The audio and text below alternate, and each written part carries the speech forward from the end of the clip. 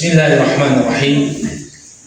Innal hamdalillah nahmaduhu wa nasta'inuhu wa nastaghfiruh wa na'udzu billahi min shururi anfusina wa min sayyiati a'malina. Man yahdihillahu fala mudilla lahu wa man yudlil fala hadiya lahu. Ashhadu an la ilaha illallah wahdahu la syarika lahu wa ashhadu anna Muhammadan abduhu wa rasuluh.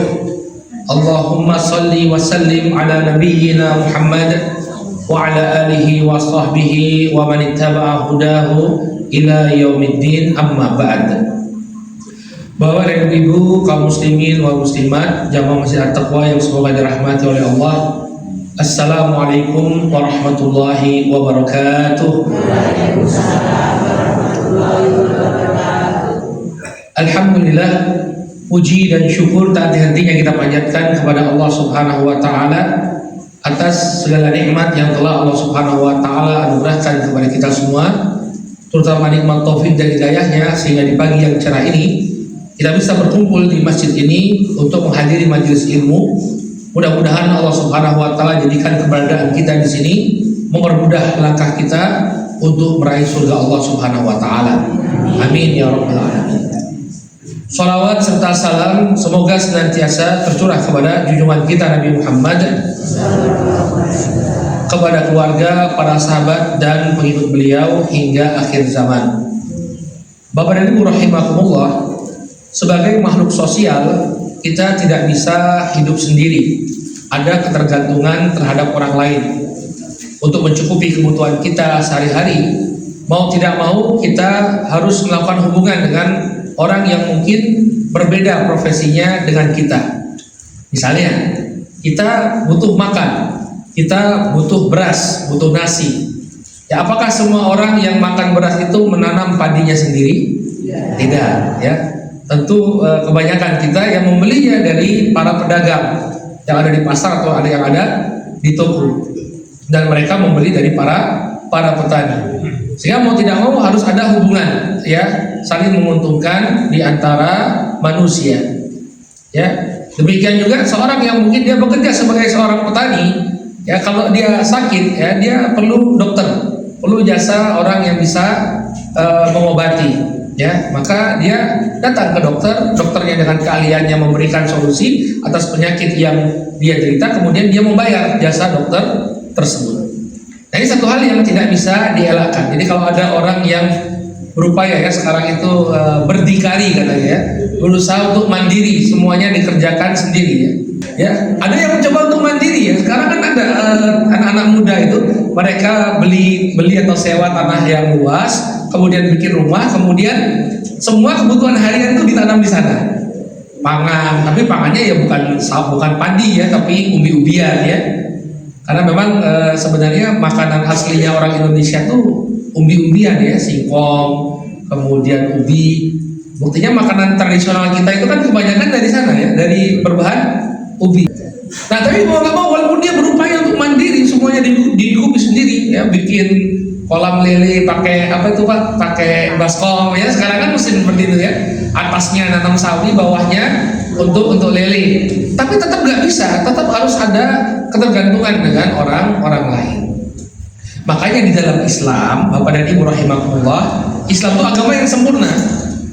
Yang diatur dalam Islam itu bukan hanya ibadah yang dilakukan oleh seorang hamba kepada Allah, sholat, puasa, enggak. Tapi juga ada yang namanya muamalah. Islam mengatur bagaimana, ya, seseorang menjalin hubungan dengan orang-orang yang ada di sekitarnya. Ya, makanya dalam ilmu fikih, ya, dalam ilmu fikih itu ada fikih ibadah, ada fikih muamalah. Itu diatur dalam Islam. Nah, sekarang sebagaimana dalam beribadah kita menginginkan ridho Allah Subhanahu wa taala. Kan kita itu beribadah kepada Allah agar diridhoi oleh Allah, dimasukkan oleh Allah ke dalam surga. Maka demikian juga dalam bermuamalah. Dalam bermuamalah kita juga hendaknya mengikuti aturan yang diberikan oleh Allah Subhanahu wa taala. Tujuannya agar apa? Agar yang pertama kita mendapatkan keberkahan di kehidupan dunia kita karena selaras dengan apa yang Allah Subhanahu wa taala inginkan. Kemudian yang kita harapkan, kalau muamalah kita itu sesuai dengan aturan Islam, ya Allah Subhanahu wa taala ridho kepada kita dan kita pun tidak terjatuh pada perkara-perkara yang dimurkai oleh Allah. Nah, ini tujuannya. Ya, makanya masalah muamalah ini juga masalah yang penting. Karena kalau Anda melakukan satu muamalah, muamalahnya tidak diridhoi oleh Allah Subhanahu wa taala, maka ini akan mengakibatkan Allah Subhanahu wa taala murka. Murka di dunia, murka juga di akhirat, ya. Misalnya lah yang paling jelas ya terjadi di tengah-tengah kita, transaksi riba. Ya, orang minjem uang 100 juta, ya, nanti kalau sudah tiba waktu untuk mengembalikan, dia harus mengembalikan dengan bunganya. Nah, sekarang kan riba itu di mana-mana ya. Kalau sekarang itu istilahnya riba ada di dalam genggaman Anda. Bapak Ibu pernah dengar pinjol? Apa itu pinjol? Pinjol itu nek jatuh kepalanya pinjol itu ya. Itu benjol. Pinjol itu pinjaman online. Ya, pinjaman online. Kan banyak itu kasus. Fulan terjerat pinjol, sehingga harus jual tanah, orang tuanya jual aset dan lain sebagainya. Itu rata-rata itu bermula dari judol, apalagi di judol, ya, judi online ya.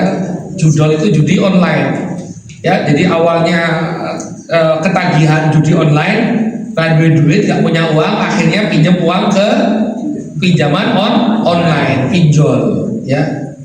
Makanya ada sebagian orang itu yang ngeri ya, pinjolnya sampai ratusan juta. Dan itu kan pinjol itu memang gampang kita untuk meminjam uang dari aplikasi pinjol itu gampang sekali. Foto KTP, makpret gitu ya, dapat sekian ya, 10 juta langsung di tangan. Ya, masalah penagihannya nanti belakangan. Yang penting orang ini sudah terjerat terlebih dahulu. Makanya bunga pinjol itu lebih tinggi Pak daripada bunga di bank. Nah, ini kan transaksi muamalah, tapi kan tidak diridhoi oleh Allah, diberkahi oleh Allah. Maka kita lihat banyak orang yang terlibat dengan transaksi seperti ini, hidupnya nggak berkah. Hidupnya nggak berkah. Hasil kerja keras selama ini sudah menabung habis. Itu kalau dia nggak bertobat, kesialannya bukan cuma di dunia Pak, tapi juga di akhirat. Makanya kita perlu juga mengetahui tentang muamalah.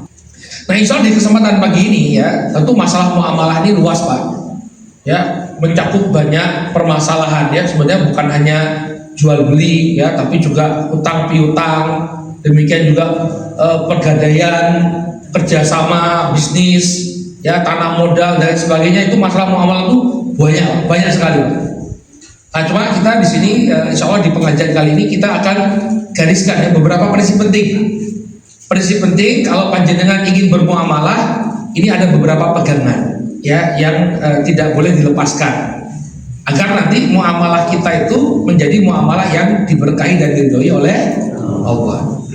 Tapi sebagusnya memang ada kajian muamalah, dan itu bukan hanya 1-2 kali pertemuan, tapi panjang ya. Perlu tahu kita akad-akad yang sering terjadi di tengah-tengah kita. Tapi itu bukan pembahasan kita ya. Kita tidak akan bahas itu secara detail. Cuma kita perlu memegang beberapa prinsip dalam bermuamalah. Ini agar muamalah kita itu sukses bukan hanya di dunia saja, tapi juga di akhirat. Jangan salah kalau kita itu berusaha untuk berbisnis dengan cara yang halal, yaitu barokah. Yang pertama barokah di dunia, kemudian juga di akhirat Allah Subhanahu wa taala akan ganjar kita, akan ganjar kita dengan pahala. Kenapa? Karena kita sudah berusaha untuk meninggalkan apa yang Allah haramkan. Itu kan harta haram itu Bapak dan Ibu, itu kalau masuk di tengah-tengah kita itu kan bahaya sekali.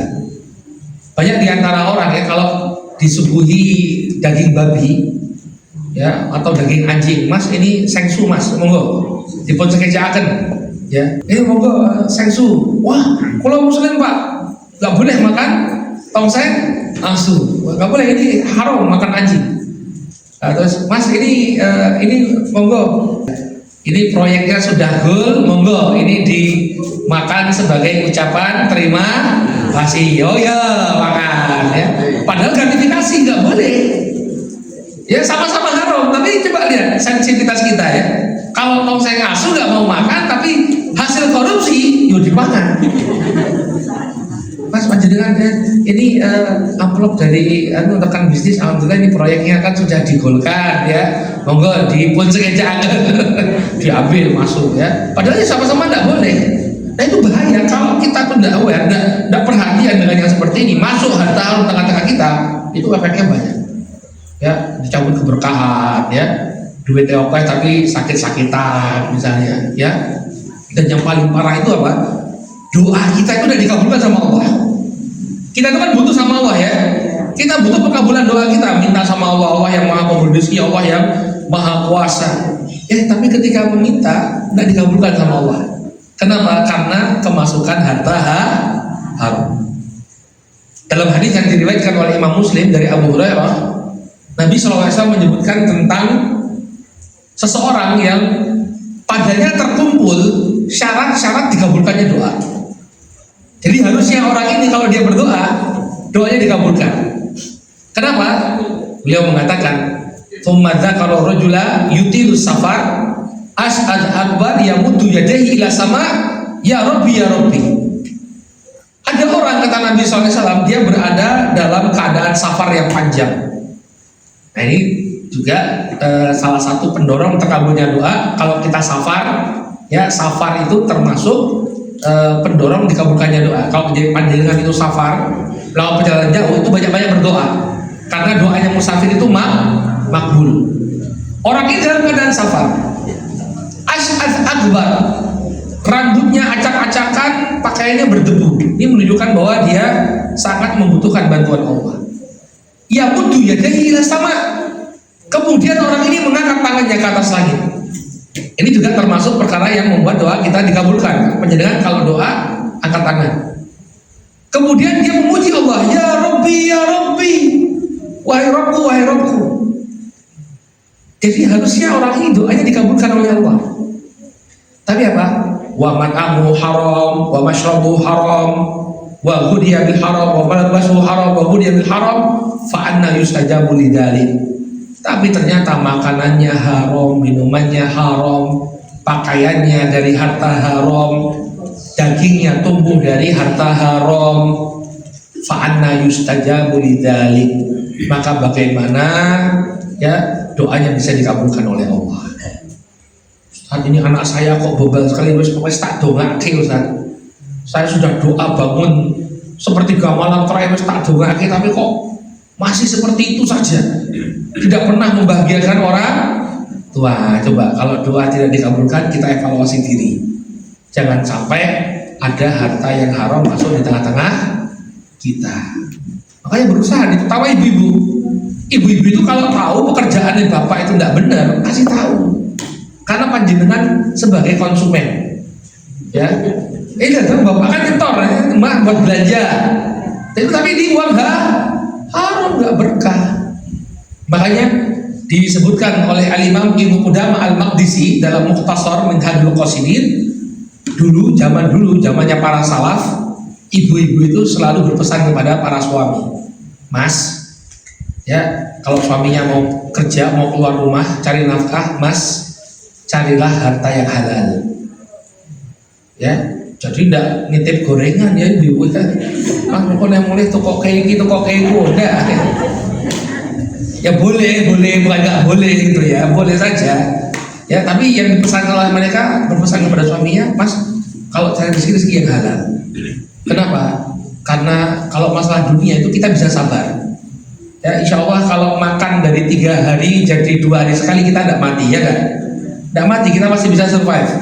Tapi siapa yang bisa menahan dahsyatnya azab Allah di akhirat nanti? Tidak ada. Tidak ada yang bisa nahan kejamnya azab di neraka. Panasnya api neraka itu nggak ada yang bisa menahan. Padahal harta haram itu bisa mengiring kita kepada neraka. Maka itu pesannya seorang istri kepada suaminya. Tapi itu di masa lalu, ya. Di masa lalu, di masa Nabi, ya. Dan di sana di sana di Arab sana, bukan di Ngentak gitu. Kalau di Ngentak pesannya apa kira-kira? Oke. Pak nanti setorannya yang banyak gitu ya. Ya, maka sedikit tapi barokah itu lebih penting daripada banyak tapi tidak barokah. Nah itu jadi mari kita saling membantu mengingatkan.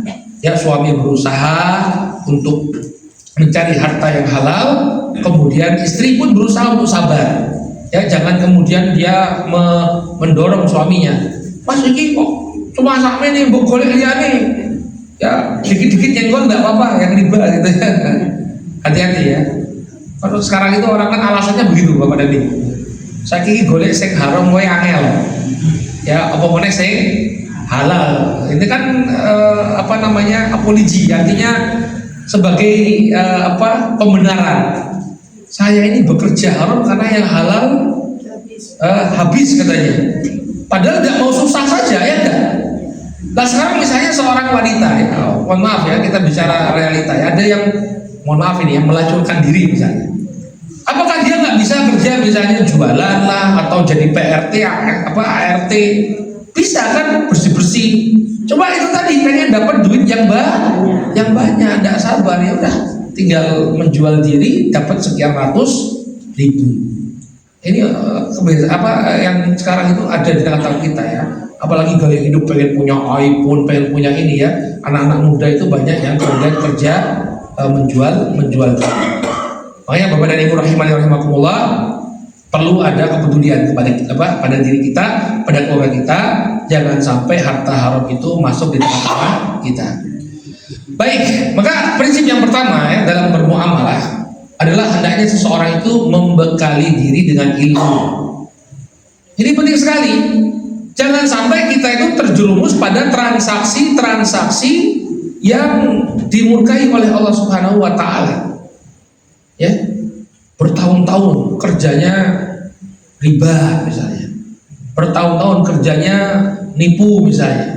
Dia nggak tahu kalau ini nggak boleh. Menzolimi harta orang lain, ya nggak boleh, tapi dia mendapatkan keuntungan dari sana. Maka seseorang itu kalau dia ingin bertransaksi dia harus punya ilmu. Ada sebuah ucapan dari Umar bin Khattab, Amirul Mukminin. Umar bin Khattab ini kan pernah menjadi khalifah dan cukup lama beliau menjadi khalifah ya. Setelah Abu Bakar meninggal dunia, yang jadi khalifah itu adalah Umar. Umar itu mengatakan ya kepada penduduk kota Madinah, la yabi fi suqina illa man qad tafaqqaha fid din. Tidak ada yang boleh berjualan di pasar kami kecuali orang yang sudah paham ilmu fikih. Maksudnya fikih muamalah. Ini yang boleh dijual, ini yang nggak boleh dijual. Ini transaksi yang diperbolehkan oleh syariat, ini transaksi yang tidak diperbolehkan. Kalau dia belum tahu tentang ini semua, jangan jualan. Jangan jualan di pasar. Kenapa? Nanti dia bisa terjatuh pada hal-hal yang diharamkan oleh Allah Subhanahu wa taala. Kita ambil contoh saja. Sekarang ini ada orang beli emas dengan mencicil. Ya, cicil. Jadi barang itu tidak diserah terimakan. Maka banyak yang nggak tahu kalau jual beli emas itu harus kontan dan tunai. Ya dan biadin. Ya, tapi sekarang kan nggak ada. Sekarang kan orang mau beli emas DP dulu, kemudian dicicil selama berapa bulan baru dapat emasnya, duitnya diputar sama pegadaian atau sama lembaga institusi keuangan, duitnya diputar. Ini nggak boleh. Yang namanya jual beli emas itu harus iya dan biadin, kontan. Panjenengan dikasih emasnya, panjenengan bayar dengan uang. Ya, itu harus kontan. Tapi kan nggak tahu orang. Ini biasa-biasa saja. Makanya saya kemarin itu ada yang konsultasi, Ustadz itu bagaimana Ustadz? Saya ini cicilannya tinggal berapa bulan lagi? Ya, tinggal berapa bulan lagi saya beli emas secara kredit. Ya, tapi di kredit emas di kredit ya. Mau umroh juga ada kreditnya itu sekarang ya. Semuanya kredit ini. Zaman Pak Harto itu namanya setan kredit ini. Apa-apa di kredit beli HP kredit apa kreditnya. Makanya ya ini transaksi tidak diperbolehkan ya. Makanya ya sudah karena sudah terlanjur seperti itu dia nggak tahu ya sudah. Kalau bisa diambil haknya sekian gram berapa ya, kalau enggak ya sudah. Ya, tapi nggak boleh juga uang yang sudah distorkan menguap begitu saja, nggak boleh. Tetap harus ada perhitungan. Coba dinego dengan uang yang sudah saya setorkan sekian, dapatnya berapa dari harga emas. Ya, maka banyak orang yang tidak tahu ya transaksi-transaksi yang dilarang dalam agama. Maka perlu belajar ilmu ya tentang muamalah yang diperbolehkan ya dan ilmu yang tentang apa yang tidak diperbolehkan. Disebutkan oleh Imam Ibnu Abidin, ya beliau ini seorang ulama madzhab Hanafi. Fardun ala kulli mukallafin wa mukallafatin ba'da ta'allumihi ilmad din wal hidayah ta'allumu ilmil wudu wal ghusli was shalah was shaum wa ala zakah ya wa ilmi zakah liman lahu nisab wal hajj liman wajaba alaihi wal buyu ala tujar. Ya. Wajib hukumnya seorang hamba setelah dia belajar ilmu-ilmu agama, dia belajar ilmu tentang wudu, dia belajar ilmu tentang mandi wajib, dia belajar ilmu tentang sholat, tentang puasa, tentang zakat. Ya, bagi yang punya harta untuk dizakati, dia wajib belajar tentang zakat. Demikian juga belajar ilmu haji bagi siapa yang sudah wajib untuk berhaji. Wal buyu ala tujar. Demikian juga belajar ilmu buyu, fikih jual beli bagi para pedagang. Ini coba, ada yang berprofesi sebagai pedagang nggak di sini? Ada, banyak. Panjenengan sudah khatam Kitabul Buyu atau belum? Kitabul Buyu ya Pak Ustaz ya. Kitabul Buyu itu bab fikih yang berbicara tentang hukum jual beli. Belum aja, belum belajar sama sekali Pak Ustaz. Padahal kata Imam Ibnu Abidin, kalau dia seorang pedagang, dia harus belajar fikih jual beli. Ya. Agar apa? Liyataharrazu ani syubuhat wal makruhat fi sa'il muamalah, agar dia tidak terjatuh pada perkara-perkara syubhat, bahkan perkara yang diharamkan dalam muamalahnya. Ya. Jangan sampai dia melakukan transaksi yang Allah haramkan, ya. Karena tidak tahu hukumnya, karena tidak mau belajar. Bedakan antara orang yang sudah belajar, ya dia punya keinginan untuk tahu, tapi kemudian terjerumus karena ketidaktahuan. Ustaz, saya sudah belajar ilmu fikih, tapi mungkin bab ini terlewatkan sehingga saya terjatuh pada apa yang Allah haramkan. Bedakan dengan orang yang tidak mau belajar sama sekali. Ya, yang pertama tidak berdosa. Kenapa? Dia sudah berupaya untuk belajar, tapi kemudian ada yang luput. Yang kedua tidak mau belajar. Opolah belajar fikih ya, mending belajar ilmu marketing ya, biar penjualannya semakin lancar. Nah itu para pengusaha itu dia belajar ilmu marketing, belajar manajemen pemasaran, tapi nggak belajar fikihnya. Akhirnya dia terjatuh pada apa yang Allah haramkan. Tidak boleh. Ya, seseorang untuk meninggalkan ya belajar ilmu fikih jual beli kalau memang dia profesinya sebagai seorang pedagang. Al-Imam Al-Ghazali rahimahullah dalam Ihya Ulumuddin beliau mengatakan, "Lau kana hadzal muslim tajiran wa qad syaa fil baladi muamalatur riba wajaba alaihi ta'allumu al-hadri minar riba." Apabila seorang muslim dia berprofesi sebagai seorang pedagang, kemudian di negerinya tersebar muamalah ribawi. Ini kayaknya Imam Ghazali ini bicara tentang sebuah negara yang bernama Indonesia. Ya. Kenapa? Karena tersebar riba, ya riba mulai dari yang levelnya bank pelecit, gitu ya. Ya, rentenir jalanan ya sampai lembaga-lembaga yang besar itu riba. Ya kalau seseorang pedagang dia berdagang di sebuah negara yang dipenuhi dengan riba, wajib ali ta'allumu al-hadri min riba, maka wajib dia untuk mempelajari ilmu yang menghindarkan dirinya dari riba. Lalu apa kata Imam Al-Ghazali? Wa hadza huwal haqq fil ilmi alladhi huwa fardhu ain. Dan pendapat yang benar dari para ulama, ini menjadi hukumnya fardu ain bagi dia. Jadi nek orang sinau fikih muamalah dalam keadaan ya transaksi yang melanggar syariat tersebar luas, maka seseorang berdosa. Ini yang ngomong Imam Ghazali. bukan Ustadz Wira Mandiri, ya. Jadi kalau ada yang nggak setuju, nggak setuju ya mau protes sama Imam Ghazali. Imam Ghazali bilang bahwa wajib bagi seorang pedagang untuk dia belajar tentang ilmu perdagangan yang haram, perdagangan yang halal, ya, karena dia hidup di suatu tempat yang tersebar padanya transaksi-transaksi yang haram.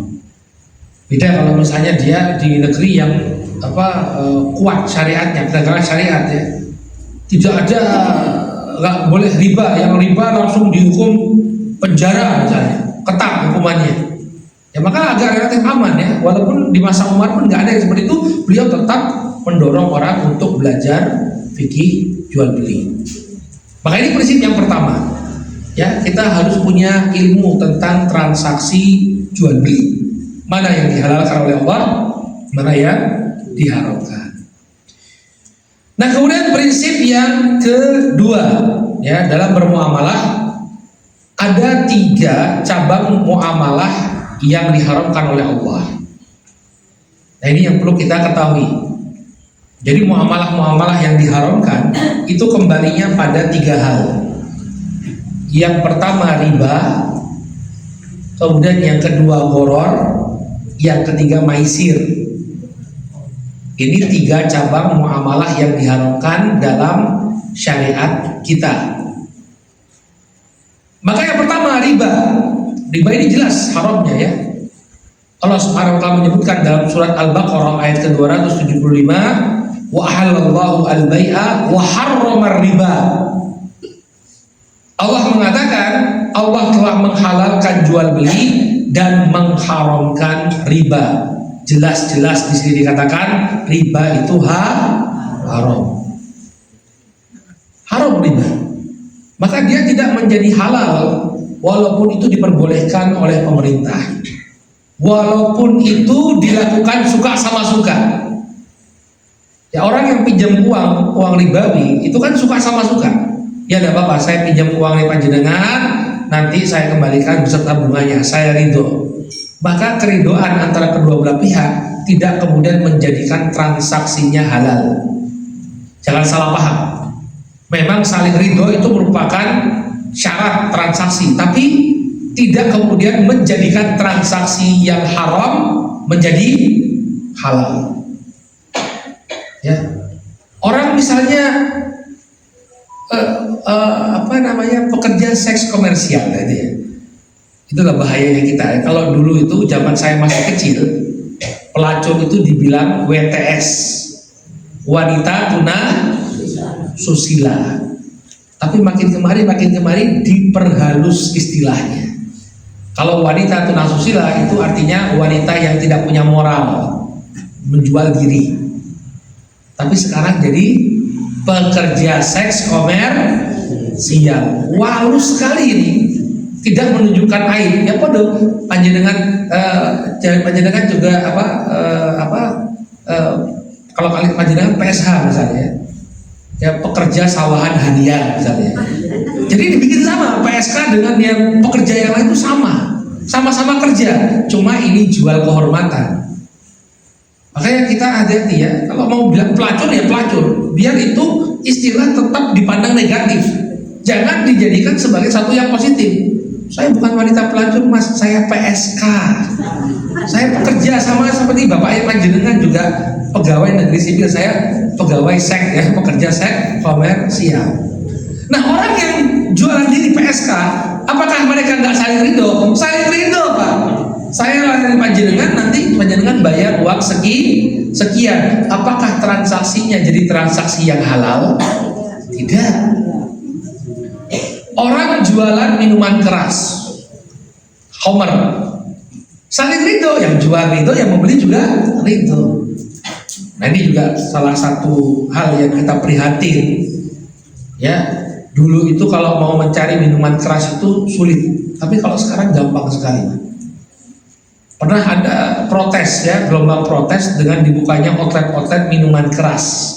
Pernah diprotes dan itu ditutup sementara waktu, tapi sekarang sudah buka dengan kapasitas yang lebih besar.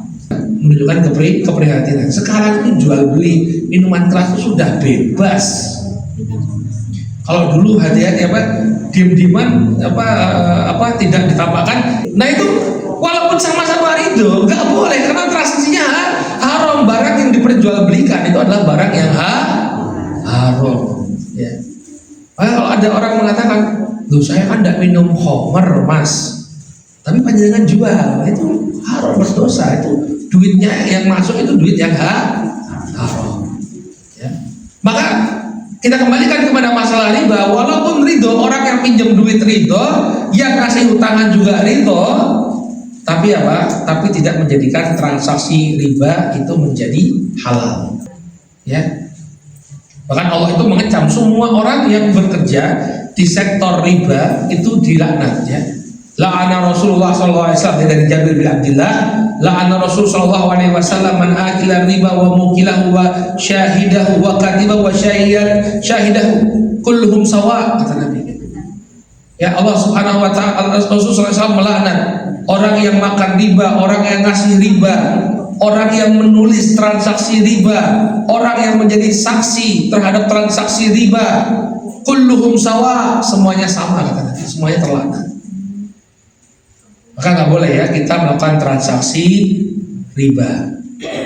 Nah, riba itu kata para ulama ada dua. Yang pertama adalah riba an-nasi'ah atau riba jahiliyah. Ya tadi itu nganake duit yang dipinjamkan 1 juta tapi nanti yang dibalikkan 1.100.000 misalnya. Ada juga namanya riba al-fadl.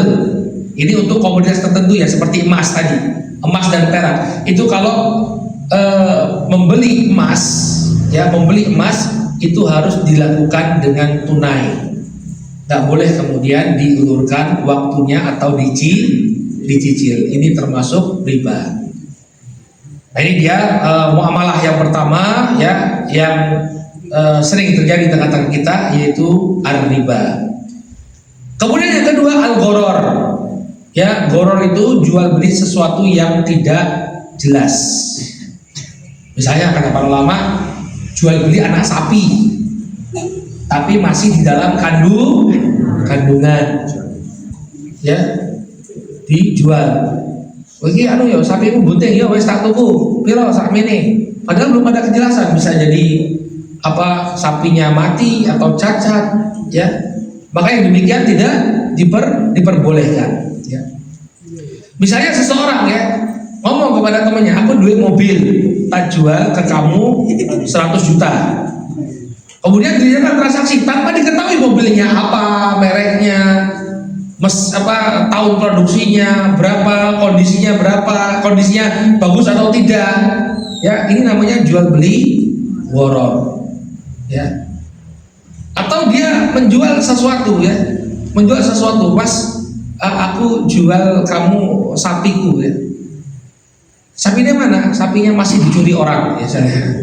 Ada orang yang mencuri sapi, nah itu tak jual murah 500.000. Nanti kalau kamu ketemu sapinya buat kamu, ini nggak boleh.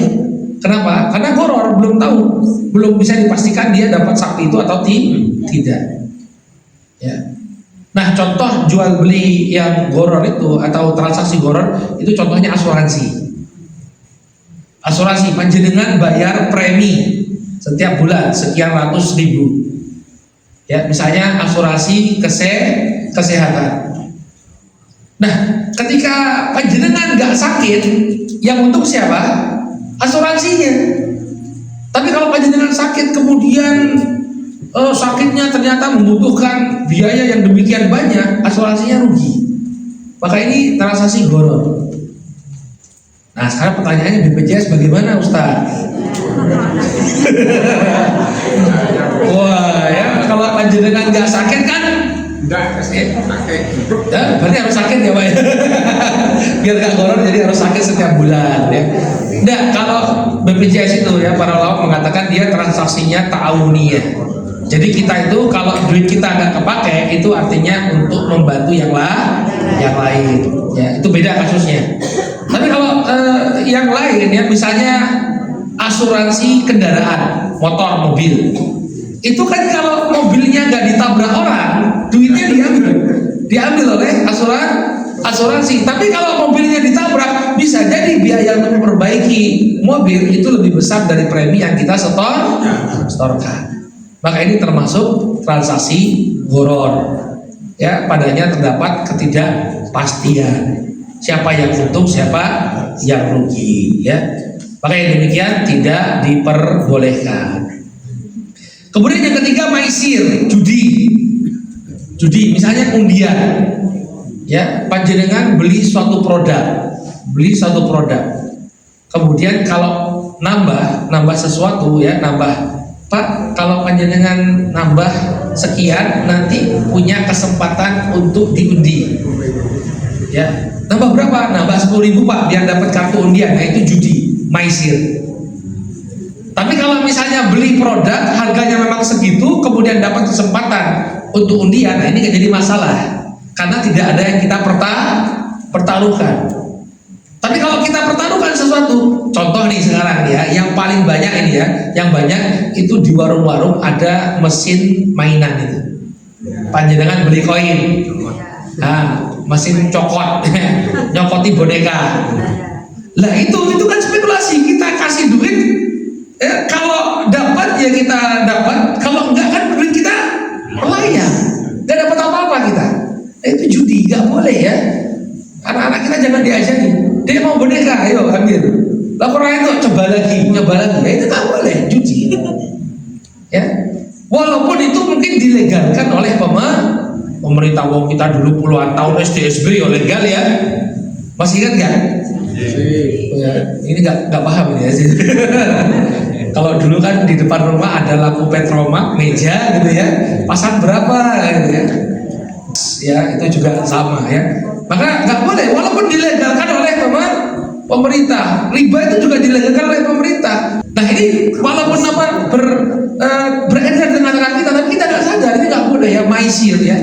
Allah Subhanahu wa taala mengatakan, ya ayyuhalladzina amanu innamal khamru wal maisiru wal ansabu wal azlamu rijsun min amali syaitan fajtanibuh la'allakum tuflihun. Ya, wahai orang-orang yang beriman, hanya saja khamr, minuman keras, perjudian, kemudian berkorban untuk berhala, dan juga mengundi nasib dengan anak panah, ini rijsun min amali syaitan. Ini semua adalah kotoran dari perbuatan syaitan. Fajtanibuh, maka jauhilah la'allakum tuflihun, agar kalian mendapatkan keberuntungan. Jauhi, diberitakan oleh Allah untuk dijauhi. Maka nggak boleh ya orang bertransaksi maisir, ya misalnya dia menginvestasikan uangnya, nanti ya kalau dapat ya dapat, kalau nggak ya hilang misalnya. Itu tidak diperbolehkan.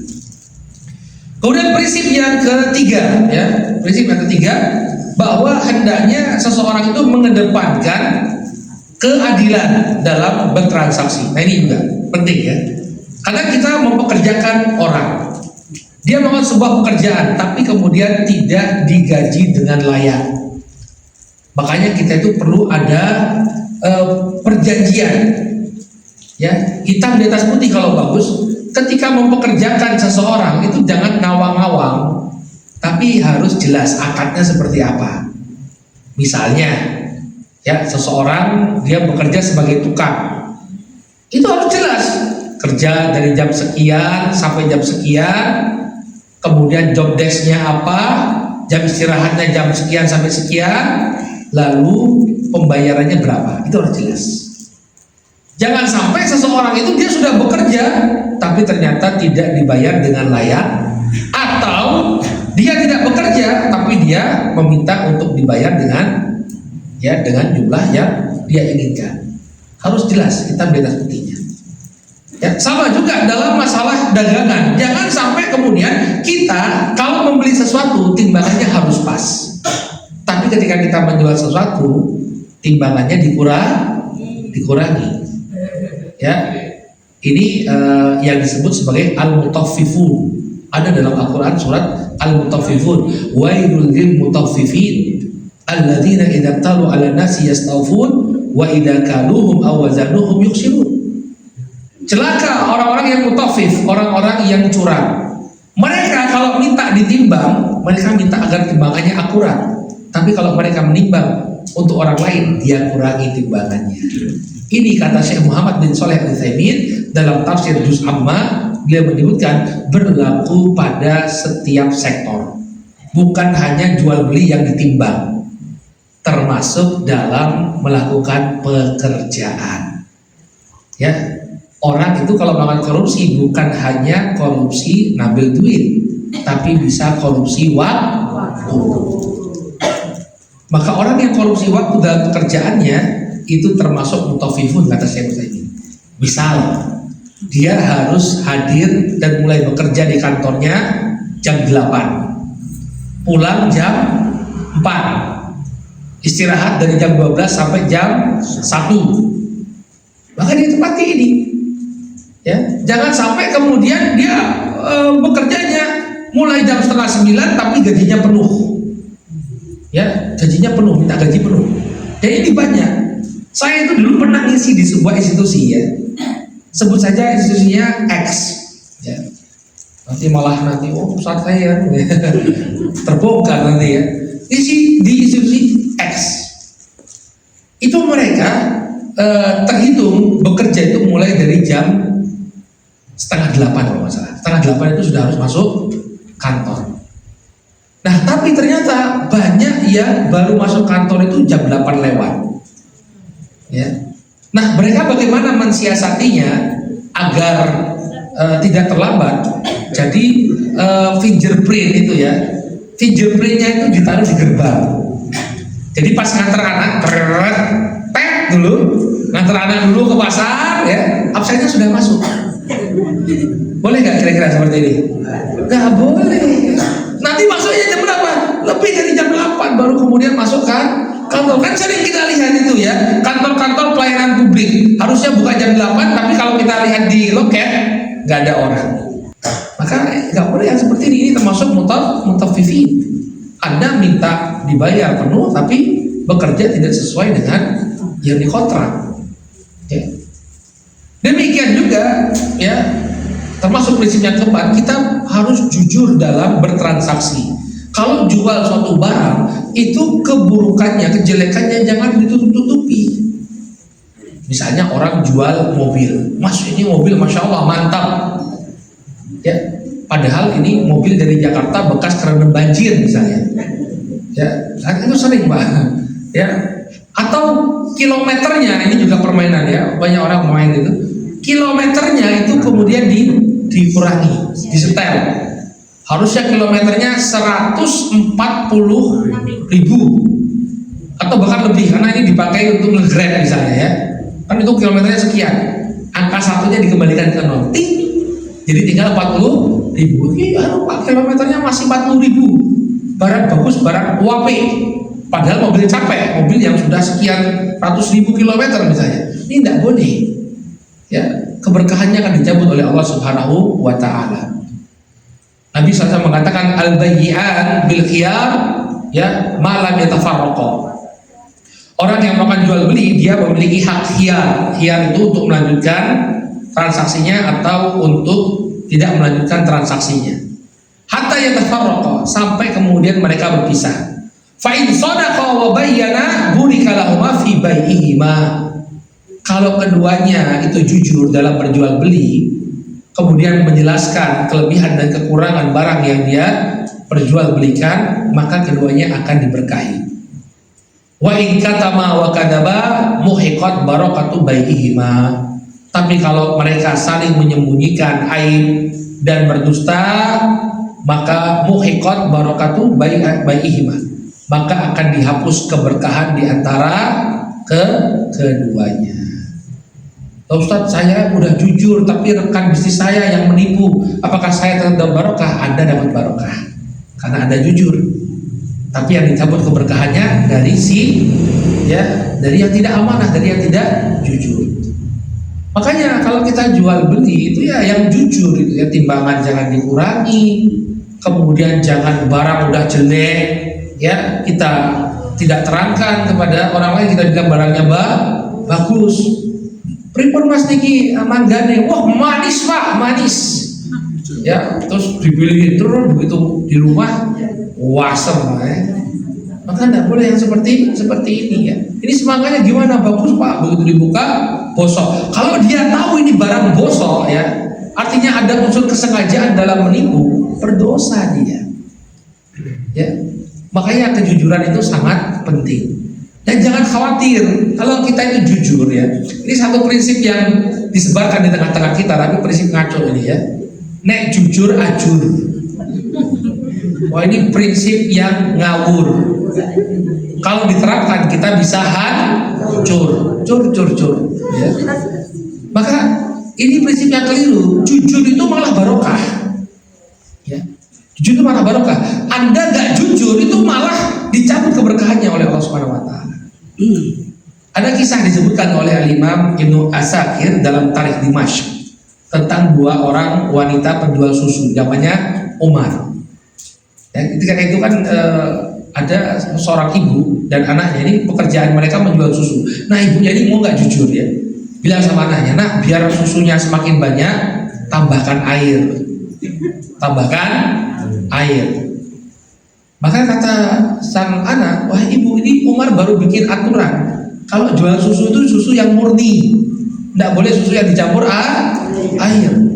Terus kata ibunya, Umar tidak ada di sini, Umar tidak tahu. Nah pada saat yang bersamaan Umar itu baru belusuan, tapi belusuannya yang tenanan, bukan pencitraan ya. Memang belusuan betul Umar untuk melihat kondisi rakyatnya. Kedengaran sama Umar, waduh, ini perempuan jujur, tidak mau nuruti ibunya. Ya. Akhirnya apa? Umar pulang, dikumpulkan itu anak laki-lakinya. Siapa di antara kalian yang mau menikah? Ya. Kalau bapakmu ini masih kuat, wah ya, tak nikahin tuh ya kata Umar ya. Tapi berhubung Umar sudah lanjut usia ya tahu dirinya. Maka siapa yang mau menikah? Akhirnya ada anaknya namanya Asim. Saya wahai bapak, ya udah dinikahkan. Akhirnya dinikah mau perempuannya sama Asim. Yang sebelumnya dia wanita penjual susu, naik derajatnya jadi menantunya khalifah. Ternyata keberkahannya tidak berhenti sampai di situ. Ya, dari pernikahan Asim dengan wanita penjual susu tadi lahirlah seorang anak perempuan. Lalu anak perempuan ini menikah dengan seorang pangeran dari Bani Umayyah, namanya Pangeran Abdul Aziz. Lalu dari pernikahan Abdul Aziz dengan wanita penjual susu, anak wanita penjual susu tadi, lahir seorang anak yang diberi nama Umar, seperti nama simbahnya. Maka dia kemudian menjadi Umar bin Abdul Aziz, khalifah yang dikenal dengan kejujurannya. Jadi simbahnya berarti mbahnya ya, mbahnya itu penjual susu yang jujur, cucunya juga jadi penguasa yang jujur. Jadi keberkahan Allah itu terus mengalir. Jadi orang jujur itu barokah. Ada juga kisah dalam biografinya Imam Ibnu Mubarak. Jadi Ibnu Mubarak ini punya bapak namanya Mubarak. Mubarak ini kerjaannya satpam. Dia dipekerjakan sebagai penjaga kebun. Ya, tapi cuma ya jadi satpam, jaga saja. Suatu ketika majikannya datang, Mubarak, tolong ambilkan untuk saya buah delima yang manis. Panjenengan sudah pernah makan buah delima belum? Belum. Oh ya, perlu dicari buah delima ya, agak asam-asam ya. Wahai Mubarak, tolong ambilkan buah delima yang manis. Maka datang Mubarak, bawa buah delima. Dimakan sama majikannya. Oh Mubarak, nggak manis, asam nih, cari yang lain. Hamid, asam, cari lagi. Asam lagi, kemudian cari lagi, asam lagi. Akhirnya marah sama majikan. Mubarak, sudah berapa lama kamu kerja di sini? 6 bulan bos, ya. 6 bulan pak katanya ya. 6 bulan kerja tapi kamu tidak bisa membedakan mana delima yang manis, mana delima yang asam. Maka dengan polosnya Mubarak mengatakan, saya kan kerjanya satpam, bukan tukang icip. Jadi beliau kerja sesuai dengan SOP, gak kemudian cari-cari kesempatan. Namun majikan tidak ada nyobain icip, tidak, mau kerjanya cuma jaga malam. Maka majikannya sangat terkesan dengan kejujuran Mubarak. Akhirnya apa? Akhirnya Mubarak dinikahkan dengan putri sang majikan. Padahal putri majikan ini sudah diincar oleh banyak bangsawan karena cantik sekali dan juga wanita yang cerdas. Akhirnya nikahlah Mubarak dengan perempuan tadi, lalu lahirlah seorang imam yang bernama Abdullah bin Mubarak. Makanya kita lihat ya, Abdullah bin Mubarak itu cerdas sekali, orangnya cerdas, karena katanya kecerdasan itu mengalir dari gennya ibu. Jadi panjenengan itu biasa-biasa saja nggak apa-apa Pak, yang penting bujurnya pinter gitu. Nanti anaknya ikut pinter. Ya, jadi benar Abdullah bin Mubarak. Kemudian beliau orang kaya, karena tadi simbahnya itu orang kaya, beliau mewarisi harta simbahnya. Makanya kalau orang itu pergi haji bersama Imam Abdullah bin Mubarak, tenang. Kenapa? Semuanya dibekali oleh Imam Abdullah bin Mubarak. Nah, ini munculnya dari apa? Dari kejujuran sang bapak. Mari kita sampaikan kepada anak-anak kita, nah jujur itu barokah dunia akhirat. Gak usah ikut-ikutan yang lain. Bu, teman-teman saya semuanya begitu ya Bu, semuanya nyontek. Bahkan Pak Guru bilang, ayo monggo dibuka buku paketnya, tidak apa-apa. Maka ini orang dalam transaksi harus jujur. Nah, kemudian prinsip yang terakhir, prinsip yang keempat, yang masih banyak prinsip yang lain, tapi ini yang penting-penting saja. Maka kita jangan kemaruk dalam mencari dunia, jangan tamak. Karena orang itu melakukan hal-hal yang diharamkan, ini awal muasalnya karena dia tamak, tidak merasa cukup. Makanya kita lihat orang sih do korupsi ini ya. Kalau kita lihat asetnya luar biasa banyaknya, tapi tetap saja korupsi. Coba lihat itu kan, sekarang kan banyak penangkapan gitu ya. Nah, coba lihat asetnya, dia punya berapa. Nah, itu sudah punya banyak sekali aset, tapi tetap aja kemaruk ya. Makanya kita itu harus merasa cukup. Ya, sehingga kalaupun kita mengembangkan bisnis kita, ini kebaikannya untuk akhirat, bukan untuk biar bermewah-mewah. Makanya Nabi mengatakan, laisal ghina bikathrati arad, innamal ghina ghina'un nafs. Yang namanya kaya itu bukan harta dengan harta yang banyak, tapi jiwa yang merasa cukup. Dan cukup alhamdulillah. Tapi Pak, ini bisnis kita bisa berkembang, ya sudah, ini untuk kebaikan. Mungkin kita jadi menyediakan lapangan kerja buat banyak orang bisa kerja dengan halal. Hanya niatkan seperti itu, bukan untuk memperkaya diri sendiri. Kekayaan jadi bawa mati Pak, tapi bagaimana agar kekayaan itu bisa bermanfaat bagi akhirat kita. Amal jariah dibanyakkan, buka lapangan pekerjaan ya, sehingga orang-orang bisa mencari harta dengan cara yang halal dan seterusnya. Jadi hilangkan ketamakan pada diri kita. Nah, kalau prinsip-prinsip ini kita pegang, insya Allah ya, dalam bermuamalah kita akan senantiasa diridhoi oleh Allah Subhanahu wa Ta'ala. Ini mungkin yang bisa kita sampaikan dalam pertemuan singkat ini. Ya, mudah-mudahan bisa menjadi pegangan ya bagi Bapak dan Ibu ya untuk bermuamalah ya, untuk bertransaksi dalam keseharian kita. Baik, Allah Ta'ala alam bisawab. Adapun rinciannya yang memang butuh pertemuan yang berkesinambungan ya, belajar fikih muamalah, belajar transaksi apa saja yang diperbolehkan, apa syaratnya, apa juga yang tidak diperbolehkan. Ini menjadi penting sekali untuk dipelajari, terutama bagi para pedagang dan pengusaha ya. Baik, Allah Ta'ala alam. Kita coba dulu sampai di sini.